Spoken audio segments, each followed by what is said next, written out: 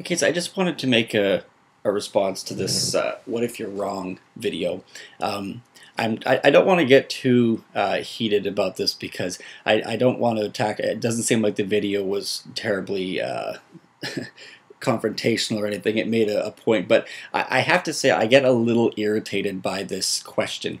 Um, First time I believe I heard this question was in a Richard Dawkins lecture on the internet, where a Christian stood up and said, "Mr. Dawkins, what if you're wrong?" And people seem to think that this question is so brilliant in its simplicity that it's going to stop an atheist or an agnostic right in their tracks, and that they're going to say, "Oh my God, well, yeah, you're right. Well, I mean, I don't think I'm wrong, but what if I am? I better believe just in case."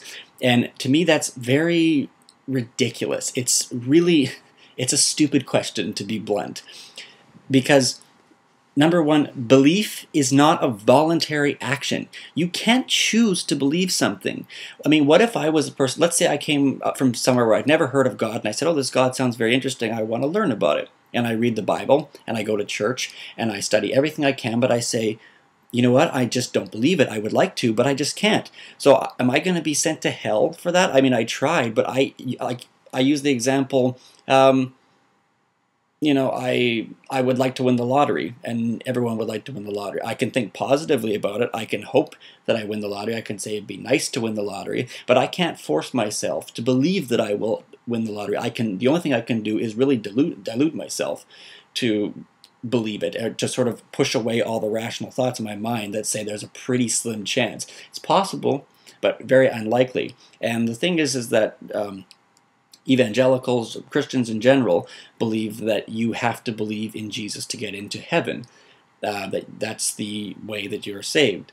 And so that these people are it's very, it really indicates something that I don't think that they're aware of themselves, is that they really are just covering their own asses, just in case. It's like, well, you know what? I better believe in Jesus just in case. And then if I'm wrong, well, I'm not out anything, but I'll believe in him just in case. And then if I'm right, well, then I get to spend eternity in heaven. And it's a very so this whole "what if you're wrong" thing really irritates me. I've got to say, to be honest.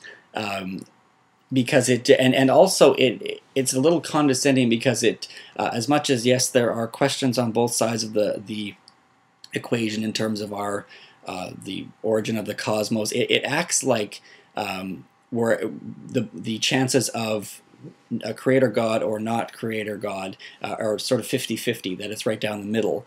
And I mean, it's not. I mean, it is so highly unlikely that the stories of the Bible are completely true.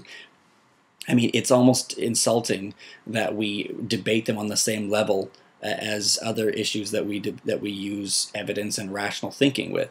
And in response to this "what if you're wrong" question, I would pose it right back. What if you're wrong? Just think about, I mean, I don't know you, I don't know the person who wrote the song, or who made the video, for that matter, and I'm sure, probably very nice people, and maybe they're not wasting their lives, but a lot of people do waste their lives preparing for this next life that they're so certain is going to happen. And so I say, well, what if you're wrong? What if you're wrong and you've spent your entire life, looking at people who are different than you with contempt or pity, which is just as bad in many ways, to pity, "Oh, these poor heathens are going to hell because they don't have the ultimate truth that I have." And what if you have been living a lie, and you haven't had the guts to just look at the world the way it is and say, "Is this okay the way it is? And regardless of whether there is a God or not, am I okay and happy with just enjoying this existence and trying to treat people with that same sort of dignity and respect, just respect for the fact that we don't know where we came from or why we're here." I think if people had that attitude more often, it would really help to make people think more about the human condition and help to foster empathy, because that is really what religion needs to do. We need to encourage compassion for the fact that none of us know why we're here, where we came from, and that we're never going to know, as much as we can trick ourselves into thinking that we have such strong faith with whatever religion you follow. None of us do know, and we can maybe take a bit, we could be a little bit more easy on each other, and we could be a little bit more compassionate to each other, in knowing that we're all just in that same predicament, and that it's okay the way it is, because this is the way the world is, and we appreciate it enough to want to to want to live forever, or to want to have eternal life, so that this world must be pretty good the way it is. So let's not pick it apart and start finding flaws in its design, i.e. that there likely isn't a God, and just enjoy it. So I just wanted to make that point, and I'd be interested to see what other people think about this. But as much as I obviously rambled a little bit, I did want to bring it back to my issue is with this question that is very often posed at a lot of, I've heard it a few times at a few different seminars that I've watched, and I wish people would give it a little bit more thought, because the basis of salvation on belief alone is a little scary, because it means that you have to modify your brain. You have to turn off a part of your brain. It's a bit of subtle brainwashing, or not so subtle brainwashing. And so I think the concept that you only have to believe to get into heaven is scary, because, as I said at the very beginning, belief is not a voluntary action. And so if you don't believe it, are you going to be punished in hell for all eternity?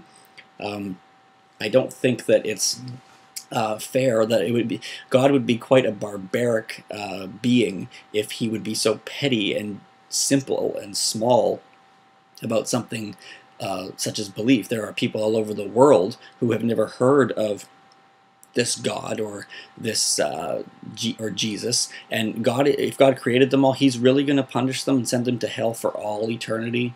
And people will say, well, that's why we have missionaries, because missionaries have to go around and spread the word of God. That's our duty as Christians. It's like, okay, but while you are traveling over to whatever country to visit these people, there's going to be several thousands, if not millions, of people around the world that are going to be dying in the meantime. So is God going to say, well, tough luck, that's the rules. They weren't saved in time, so I guess it wasn't really their fault, but that's the way it is. I mean, if he's God, why does he do this? Why would he do this? And the idea that the whole concept of hell, to me, I was just listening to a very good podcast today from This American Life, which is a great show out of, I believe it's out of Chicago. It's a NPR show. And they were talking about this one priest who was, I believe, he was Pentecostal, I can't remember, but very traditional, old-fashioned Christian. And was basically disowned by his congregation because he stopped believing in hell and stopped preaching the eternal fire. And to me, the concept of hell, I'm sorry, is so stupid.